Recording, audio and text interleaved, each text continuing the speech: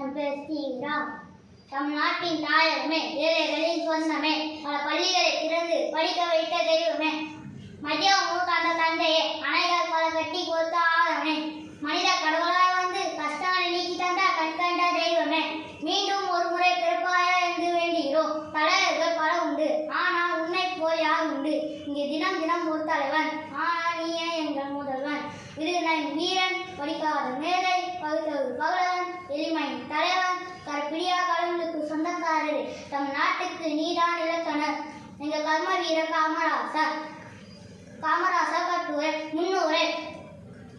காமராசர் தன்னுடைய எளிமைக்கும் நேர்மைக்கும் பெயர் பெற்றவர். மக்கள் இவரை படிக்காத மேதை, தென்னாட்டு காந்தி, கர்ம வீரர் என பல்வேறு சிறப்பு பெயர்கள் அழைக்கப்படுகிறார்.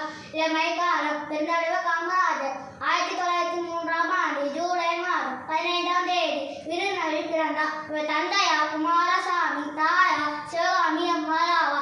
தந்தை இறந்ததால் பள்ளி படிப்பை 6ஆம் வகுப்போடு நீட்டிக் கொண்டார். பல தேச தலைவரின் பேச்சுக்களை கேட்டு சுதந்திர போராட்டத்தில் ஆர்வம் கொண்டார். 1954ஆம் ஆண்டு தமிழ்நாட்டின் முதலமைச்சராக பதவியேற்றார். கல்வி பணி. பள்ளி மாணவர்களுக்கு மதிய உணவு வழங்கும் திட்டத்தை அறிமுகப்படுத்தினார். இலவசமாய் தொடக்க கல்வியை காக்கும் சட்டத்தை கொண்டு வந்தார். அவரது ஆட்சி காலத்தில் 9 நீர்ப்பாசன திட்டங்களை நிறைவேற்றினார். முடிவுரை. ஒப்பற்ற தலைவர் காமராஜர் காந்தி ஜெயந்தி அன்று 1954ஆம் ஆண்டு கையெழுத்தினார். 1906ஆம் ஆண்டு மத்திய அரசு பாரத ரத்னா விருது வழங்கி சிறப்பித்தது. நாம் மறந்தாமல் தன்னுடைய செயல் மற்றும் பங்குகளால் அழியாது மக்களின் மனங்களில் வாழ்ந்து கொண்டிருக்கிறார் காமராசர்.